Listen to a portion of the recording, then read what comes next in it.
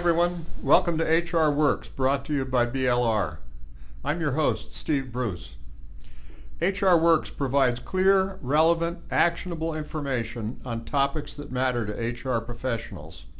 When you're armed with best practices, plus the knowledge to keep your organization in compliance, HR works. A big, and I think we could say growing, part of the total package that employers offer to employees is benefits. But many HR managers find it hard to communicate the full value of benefits to employees, and equally hard to calculate the ROI of benefits communication, and then to convince upper management of its value. So to help us out with that, we've asked expert Jennifer Benz to join us today. Jennifer is CEO and founder of Benz Communications. She's been on the leading edge of employee benefits communication for over 15 years, starting with early adopter consumer-driven health plans and now with innovative wellness and social media strategies. Her work has been recognized by Business Insurance, the International Association of Business Communicators, the Profit Sharing Council of America, Employee Benefit News, and others. Welcome to HR Works, Jennifer. Thank you. I'm delighted to be here. I'd like to talk a little bit about benefits communication in general and what we want to communicate and how and when, and then go into measuring and reporting the ROI. So let's start out with why it's so important to communicate about benefits. Absolutely. I really think about benefits communication twofold. One is it's incredibly important to communicate about benefits because the business is spending a tremendous amount of money on these programs that are supposed to be connected to the employee value proposition and to business results. And if they're not communicated, people don't know about them, they don't use them, and they don't appreciate and value them, which we know ties into their loyalty to their employer and so forth. But the other side of it is benefits are really important stuff. We're talking about health and financial security, how people can take care of themselves and their families. And employers have a really important role in educating their workforce about these really critical topics that help them live their best life today and take care of and plan for their future. And I think there's a tremendous opportunity there to take care of your employees through benefits communication. So twofold, it's critical to get the business results from that investment in benefits that's already there, and then really just to do the right thing for your employees and their families and help them make good decisions. Well, that's great. Thank you. Now, is there actually a demonstrated link between better benefits communication and better individual employee performance and engagement? There is a very, very well documented and very well surveyed connection between effective communication and employee engagement, not just in their benefits, but in the organization overall. So when it comes to big picture communication and the value of effective communication within an organization, Towers Watson has really done the most extensive research in this area. And they have found that companies with highly effective communication have higher shareholder returns compared to companies with ineffective communication. So there's a true business result from this. But just on the benefits side, we know that it is employees, it's the communication that makes the difference between whether employees value their benefits and then are more engaged in the business, or they don't value them and there's less of a connection to the business. And MetLife has done great research on that. We also did some research last year with Quantum Workplace. Lots of great data sources out there that show that it's really effective communication that helps folks be engaged and connected to their organization. So we know we want to do it. What kinds of information should we be communicating about benefits? Well, there's a tremendous spectrum of employee benefits, and I think this is why it's challenging for companies to communicate them effectively. We have everything that falls under health and wellness and insurance benefits, all of the financial benefits, this growing spectrum of work-life benefits, and there's so many different programs. So the information that should be communicated is really how to use the benefits to get something valuable as an employee. The focus of benefits communication should always be about helping employees use the benefits that are most relevant to them. And that means that you have to communicate more frequently, and you have to really understand your employees and what your programs are doing for them in order to get them engaged in all of them. And who should you communicate to? Well, of course you should communicate to employees, but you should also be communicating to their family members, their spouse or domestic partner, possibly even their children. We know that the families are the ones using the majority of healthcare costs, so that's one key to the communication equation. But we also know that it's often someone in the family who's making the benefits decisions. So getting communication to that spouse and to that family member is key. And that's why we are such a big fan, and we've seen so much success with having benefits websites and all of that information outside of a company's firewall, so that employees as well as family members can access it whenever the moment strikes. Great. Now, you mentioned communicating frequently. So what do you think about the annual benefits statement? Are you a fan of that, or should it be more frequent? I am a fan of the annual benefits statement as long as it's not the only thing that employees get about their benefits. What happens far too often is that companies put a ton of resources and a ton of sophisticated resources, in the case of an annual statement that is often personalized, into this very, very short time frame. And so we're just piling information on employees during a 2 to 3 week window around annual enrollment, and then we're silent the rest of the year. Really, the best results are created when benefits communication happens throughout the year in smaller nudges that help people take action. So the benefit statement is great as long as it's not the only piece of communication that goes out to employees. Okay, thanks. Now, you mentioned websites, and we're talking about benefit statements. So in general, what media get used? Do you have preference? Is it better print or email or website or what? The best approach, and certainly my preference, is to use every channel that you possibly can, and make sure that you're communicating benefits in multiple channels, in multiple formats, so that you can connect with both capturing the attention of your employees and communicating them in a way that they can absorb the information. So some people want just the top line info, some people are going to want all of the details, some are going to watch a video, some are going to skim a newsletter article. You really have to provide a variety of channels to meet the needs of a very, very diverse workforce. And there's no magic formula for which channel works best or what you should be using at which frequency.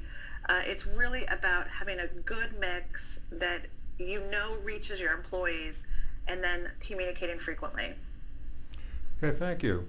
Now, I'm wondering what sort of mistakes people tend to make, or what common barriers there are to good benefits communication. Well, the biggest barrier to good communication is just simply having the resources for it.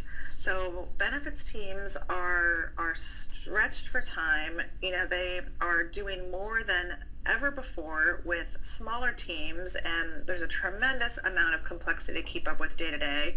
So often they just have not allocated the resources in terms of the team's time and the budget dollars to do communication in the best way. And that's what we see as the most common barrier. Once you make the switch and really start putting the resources behind benefits communication, you can have tremendous results and create a tremendous impact. But it's very, very challenging for teams to to do it themselves with the additional workload that they're already handling. So if lack of resources is the biggest problem, I guess that brings us right to ROI and trying to convince management of the importance of this. And I suspect that it'd be nice to have a simple metric, but I suspect that measuring ROI of benefits communications is fairly challenging. So what specific metrics or evaluation procedures do you recommend? Well, the simplest metric I would recommend is to look at 0.5% to 1% of your benefits spend. That's all you need to allocate to communication to make a huge impact. And especially with larger organizations, sometimes you only need a fraction of a percentage of your total benefit spend to make a big impact. So that's the simple metric. Your total benefits communication budget is going to be this teensy tiny piece of your benefits budget. But more complicated, to what you said, is really calculating the full ROI. And there's a tremendous value in better communication, both in terms of how employees use the programs and how they feel about the programs. So what you want to do to calculate the ROI for your organization is have a strategy that ties to the business results you're trying to achieve.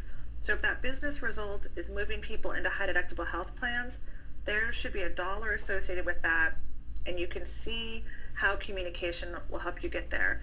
If the business result is better engagement across benefits to reduce retention, you should be able to pin a dollar number to that and then see how the communication is going to get you there. So the ROI is really different depending on what you're trying to achieve as an organization. Well, thank you. That's great. Now, once you have calculated an ROI, what effective means are there for communicating that to senior management and perhaps board of directors? Mm-hmm. Well, if you have done the work to calculate the ROI, it should be easy to communicate that to the senior management or boards, because that's the language that they speak in, is what is this investment going to produce in terms of the return. And our clients are often presenting to their senior leadership both the budgets and the expected outcomes from a communication strategy, as well as just the overall approach and how it ties to the employee experience and how it's connected to the overall HR and business strategy. So getting that in the language of senior management is a huge opportunity. Okay, great. Now, is there software or are there technology solutions that can assist people with benefits communication? Absolutely. There's an incredible spectrum of software and technology solutions that support communication and support employee engagement and benefits, as well as almost all of the benefit providers out there, whether it's a wellness company or a financial service or a healthcare company. Almost all of them have some sort of technology solution that support their product and service. So there's no shortage of tools out there for benefits communication. The challenge, though, is the employer really connecting all of them and creating an employee experience that's consistent and that's branded and that connects to working for that organization, and really emphasizing the investment that's being made in employees. So many employers would like to think, oh, well, there's one technology solution out there that's going to solve all of our communication challenges. And I wish that were the case. I really wish that were the case. But the reality is an employer has to own that brand and really connect all the pieces in the benefits ecosystem and help employees really see how things meet their needs. So that's the other reason that we are such big fans of having a branded benefits website that's that front door to the employee experience or to all the different providers that are out there, because that can be highly branded, really focused on the employee, and then push to all of the software and technology solutions that can solve individual needs. That's very helpful. Thank you. Now, what about regulatory aspects of benefits communications? Are there things that people have to watch out for? Absolutely. There's a tremendous burden on employers to keep up with the compliance aspects of communication and the notifications that must go out and so forth. But what I think is very helpful to think about is really separating compliance requirements from engaging employee communication. So over here we have all of the compliance requirements, your SPDs, your summary material modifications, your SBCs, all of the documents that have to go out about your retirement plans and so forth. And that is compliance to keep the attorneys happy and to make sure that your plans are following the letter of the law. And that is very critical. But those materials and those compliance communications do not engage employees, and they are not educational in nature, no matter how hard they try to be. So we need to be in compliance all the time, but you really need a separate marketing effort to get employees educated and engaged with their benefits. And that often doesn't really connect with the compliance materials at all. Though the marketing effort can be heavily branded, really consumer-oriented, employee-oriented, it should feel like a sexy, fun marketing campaign that you would see for a consumer product. And that's the way that you really get employees engaged. And unfortunately, so much time and money and resources goes to the compliance that many organizations never get around to the really engaging marketing communications, and it's a huge missed opportunity. Well, that's very helpful. Thank you for that. Now, do you have a case study or some kind of real-life example of a situation where calculating the ROI and was helpful to the employer in getting program approved? Sure. I will talk about one of our best just by the book case studies, and that's the work that we did with Adobe a few years ago to launch their high deductible plan with an HSA. And Adobe is such a fun organization to work with because they have just an incredible commitment to their employees, and it's an incredible dynamic company. And when they were looking at introducing a health savings account option, they wanted to really do it the right way and really get employees educated about this plan. So we did focus groups, we built an external website, we crafted a really, really high-touch campaign, and they knew about the potential business result that would be created by a large number of employees moving into the health savings account option and having a good experience with it, because that's a key part. So we helped map out an entire strategy from plan design to enrollment communication to ongoing communication that was a significant investment. But by doing a really, really high touch, using every channel possible, all of the creativity, all of the best practices, we were able to move 62% of employees into that plan in the first year. Now that was an incredible first year enrollment. I think the highest that I've ever heard of without it being a full replacement option.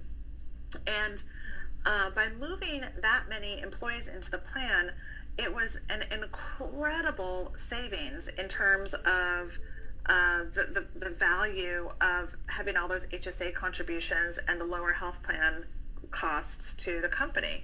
So an immediate, incredible business result created that the communication dollar was just a tiny fraction of. But what's really neat about them is we didn't stop the communication after folks were in that plan. We did really robust ongoing education for the employees in that plan and have them really engaged with how to use that plan the best way, how to navigate through the healthcare system, and so forth. And so in the second year, we bumped up the overall enrollment in that plan to 70%. And we have employees that have really gotten their arms around how to best use that plan for their current needs as well as saving for their future. So the layers and layers of business results that have been created from this communication investment are tremendous. And it's something that the communication investment has paid for itself probably 100 times over in terms of the other value. Wow, that's a great example. So all of this has been very, very helpful. Do you have any final tips for our listeners about successful benefits communication? I think my final tip would just be to communicate more frequently. That's the biggest opportunity for the majority of companies. We've seen that with our Inside Benefits Communications Survey. Only a small portion of employers truly communicate year-round. And that is the biggest opportunity for employers to get folks engaged in using these plans throughout the year, not just focusing on them during that annual enrollment cycle. Jennifer, thanks so much for joining us today and providing these very helpful tips. Absolutely, my pleasure. Always a delight to chat with you. To learn more about the services that Jennifer and her team at Benz Communications provides, visit benzcommunications.com. That's BENZ communications.com. Listeners, please let me know what HR Works should cover next. sbruce@blr.com. Thanks for being with us today. This is Steve Bruce for HR Works. The opinions expressed on HR Works do not represent legal or any other type of professional advice and should not be used as a substitute for legal advice from a qualified attorney licensed in your state.